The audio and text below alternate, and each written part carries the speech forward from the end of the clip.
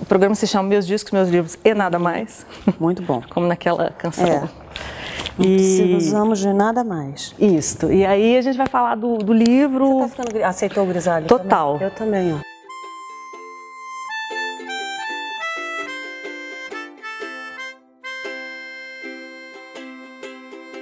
Fernanda, a pergunta inevitável para começo de conversa, o que é o pós-F, né? Como eu já sabia que ela seria inevitável, eu realmente tento, para eliminar alguns equívocos a priori, já no prefácio dizer que trata-se de algo que vem da minha humildade de me reconhecer não especialista em nada, nem só humildade, como total falta de interesse de ser. Então, trata-se do pós-F que cabe a uma narrativa que é empírica, honestamente autobiográfica e, é claro, sem excluir o olhar para o outro, para o feminismo e o feminino e o masculino no outro, mas é um discurso livre e honesto, que eu acho conseguir trazer a doçura e a honestidade cabível a não cometer assintes, porque é um tema difícil. Completamente. E acho que justamente esse lugar do qual você fala, quando você diz não sou especialista em nada, né? Em feminismo também não. Não.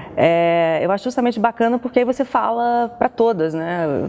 Fala de um lugar que é diferente, porque sem discutir a importância do papel das feministas da universidade, as feministas ou da negras, política, né? Eu acho que é importante falar desse tema também num outro tom, né? Num tom de humor, de ironia, com emoção. De poesia. E acho que muito, obviamente, tem humor, exato, é uma coisa que eu acho que todo e qualquer assunto, se você exclui o humor, ele fica enfadonho, esse humor cuidadoso, então tem uma medida de poesia e tem uma coisa que é a inclusão do homem nessa história, porque nós vivemos uma sociedade patriarcal, e isso é claro, no entanto, o homem e a mulher são punidos com esse formato. Então, se você também exclui o homem desse debate, você simplesmente o mantém nesse lugar que também não é agradável para ele, que é o provedor, o ente, o dominador, a pessoa que está em comando, na maioria das vezes extremamente fragilizado, com medo, e por isso mesmo, quando fragilizado e com medo, agressivo, porque não pode confessar, não pode revelar o seu medo e a sua fragilidade. Então, esses discursos, quando eles ficam muito acalorados, eles se tornam binários, eles são extremamente preocupantes. Eu não acho que nós estejamos no melhor momento. Eu acreditava, quando jovem, que eu fui uma jovem muito idealista e muito iconoclasta, mas muito idealista. Eu achava que as coisas estariam mais avançadas. Mais legais, eu achava, assim. Em 2018, assim? Eu acho que, por exemplo, a gente voltar a esse fervor todo demonstra que, então, houve um retrocesso. Porque esse fervor só precisa existir se há uma brutalidade. Então, as coisas se alimentam.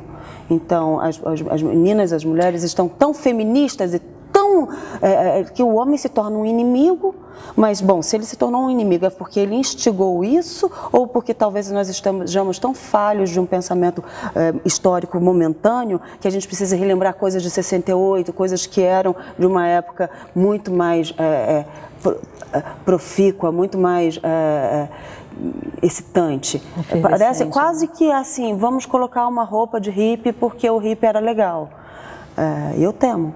Nem sempre falamos sobre isso, que é do homem ser oprimido numa sociedade machista também. Muito, né? Coitadinho. Isso eu acho um ponto terrível, muito corajoso nesse momento. Né? É claro que aí eu também falo no livro e falo aqui. Eu estou falando num posicionamento que ele é privilegiado. Por que ele é privilegiado? Porque eu sou uma pessoa que tenho acesso à educação, à segurança e à saúde. Então eu posso me sentar aqui e falar sobre coisas que se você está numa circunstância social de abuso e ela é enorme e grosseira, sobretudo as no coisas Brasil, ficam né? muito mais flácidas, você não fica com um discurso escorreito, lúcido, você não sabe nem o que você está fazendo, a urgência é outra, mas eu acho que se eu posso falar sobre esse lugar, que é o lugar de perceber uma sociedade que eu noto no meu marido, que uma vez fragilizado, ele está perdido porque ele está é um susto, entendeu? Assim, eu vejo que a Alexandra hoje em dia é uma pessoa muito mais assustada do que eu.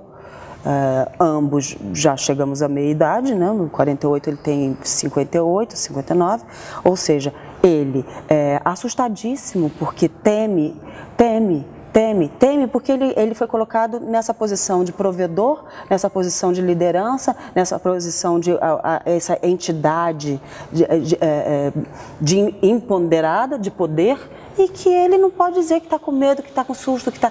E por isso mesmo vem o burnout, por isso mesmo vem o desgaste, por isso mesmo eles se abatem. É muito claro ver isso. Eu vi isso na minha casa, com um homem que é um homem elucidado, mas assim, que não foi educado de jeito nenhum a dizer o que sente. E é uma pessoa sensibilíssima, uma pessoa que chora vendo ET. Então, ele está punido pela estrutura. E a mulher também alimenta o patriarcado e se aproveita dele. Então, o machismo é uma coisa que faz mal ao homem e à mulher, e muitas vezes a mulher machista é a personagem mais complexa e perigosa. A pergunta que se coloca claramente, né? Machismo tem gênero, né? Não, de jeito nenhum. E feminismo também não deveria ter. Eu recentemente escutei umas moças falando num debate que eu fui, que não, feminismo é uma coisa da mulher para a mulher. Eu falei, gente, pelo amor de Deus. Aí voltamos a estaca zero, né? Tem uma brutalidade em alguns discursos, né? Tem uma grande brutalidade. Tem uma grande brutalidade. Eu sou mãe de um menino, entendeu? Eu não vou incluí-lo dentro do meu pensamento, que é um pensamento de generosidade. Vamos sair do nosso fenômeno e olhar para o outro. Quando você sofre muito, eu acho que o grande aprendizado do sofrimento é você realmente detectar que você não é um mártir, não é, o sofrimento não é somente seu. Quando você consegue perceber que o sofrimento é do outro e o outro que está do seu lado, você entende o mistério do sofrimento. É empatia, né? Por falar nisso, um dos assuntos, né, que você coloca, um dos grandes temas que eu acho que hoje está no centro desse debate feminista, né, no mundo inteiro, é o capítulo que se chama Tudo Agora é Assédio, né? E aí você questiona o que é assédio e o que não é assédio. E aí você disse que as pessoas estão pirando. Estão pirando. Por quê, Fernanda Young? Estão pirando, e aí, pelo amor de Deus, eu gostaria de ter umas placas, assim, eu falo para meninas, se essas meninas escutam, meninas que estão em circunstâncias em que elas estão trabalhando numa casa de família, em que enfim, todas as circunstâncias em que a mulher, ela é efetivamente exposta a questões de inenarrável grosseria, injustificáveis e imperdoáveis, eu tenho que abrir sempre essa ressalva. Mas eu vejo que mulheres como nós, que vivemos no mercado de trabalho, que ele é complexo, muitas vezes extremamente machista, e sim um mercado de meninos, de rapazes. Né, o audiovisual é um mercado de rapazes. Bom, tomando as decisões. Né? Sim, e né, aí você vê que a coisa, mas você está ali. Bom, o assédio, ele tem dois pontos muito interessantes dentro dessa dramaturgia. A mulher que estimula o assédio, que acontece, nós sabemos, nós somos mulheres bonitas, nós podemos utilizar de todas as artimanhas e artifícios, e eu não estou nem dizendo se é certo ou errado, para conseguir inúmeras coisas nas nossas vidas. Então, assim, você tem uma trama, uma dramaturgia que ela não é precisa. Bom, agora de repente todo mundo resolveu falar que foi assediado em Hollywood. Tudo bem, teve aquelas corajosas que foram as primeiras, sim, tem essas monstruosidades que devem ser levadas a público. Sim, isso estimula que outras pessoas falem, sim. Mas de repente, eis que de súbito todas aquelas mulheres de Hollywood estão vestidas de preto no Oscar. Há algo de muito hipócrita nisso tudo. Até porque era uma indústria que tinha total conhecimento desses crimes de assédio. Sim, tá todo mundo ali sabendo. Me desculpa, hashtag, eu sei. As fofoquinhas, os fofocões, você sabe, entendeu? Então, assim, quer dizer, coloca-se uma vitimização e, de repente, torna isso um label que esvazia a dureza e a crueza e a dificuldade do tema. É difícil essa história. Quer dizer, o americano, ele tem uma coisa mecanicista que ele brutaliza tudo fica engessado. Então agora, bom, no meio de trabalho, você não pode receber um galanteio, calminha, não é assim. Nós não somos debiloides, nós não somos animaizinhos de estimação destituídos da capacidade de nos alimentar e realizar que a gente não pode comer um cachorrinho pequenininho até, né? Um sapato entendeu? Pelo amor de Deus, bestializa a mulher, exclui uma trama que ela é interessante, que ela é gentil, e exclui também a responsabilidade da mulher enquanto ser assediado e enquanto assediante. Porque a mulher não assedia não também, né? Não tem essa. A gente não assedia ninguém. Porque somos mulheres, então nós somos o quê? De novo nos colocamos como coadjuvantes. Cadê o protagonismo? Você começa o livro falando, me pareceu uma espécie de desabafo, né? Sobre não ser compreendido e sobre se sentir incômodo sempre e desde sempre. Você escreve, abre aspas, em minha arte parece que devo anexar sempre uma bula, uma espécie de pedido de desculpas, somente por ser esta que faz o que quer, do jeito que quer. Qual foi o preço, ou continua sendo, da liberdade? O que isso tem a ver com a condição feminina?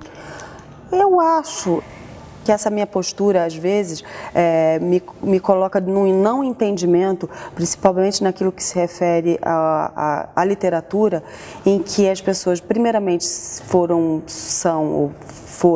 muito agressivas e, num segundo momento, vendo que eu não cedia a desistir, nem muito menos a me dobrar, tipo uma frieza. Então, às vezes, eu sinto que depois de tantos anos dedicada à palavra, dedicada ao raciocínio em língua portuguesa, e isso é custoso, isso é um exercício, isso é a minha existência, é a minha profissão, é o meu dharma, é a minha função.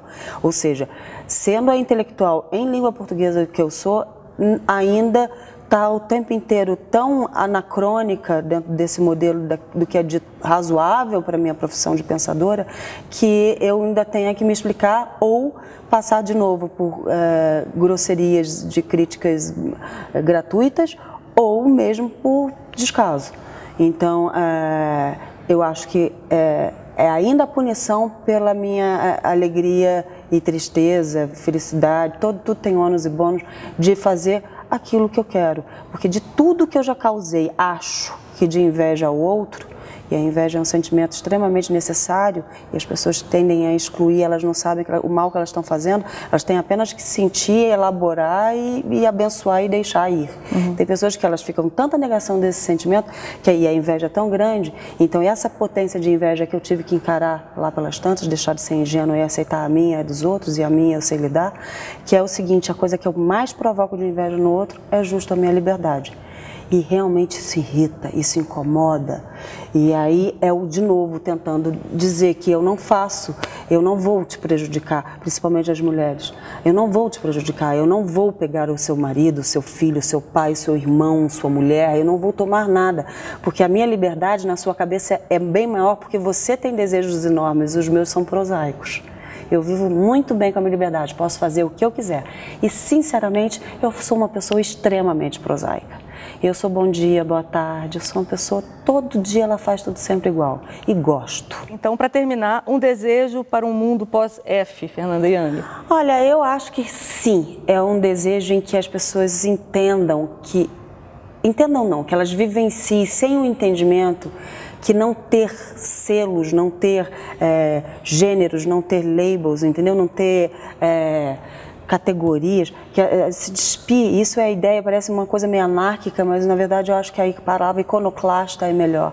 Se despir de todas essas camadas de compreensões intelectuais e racionais e de movimentos, porque de fato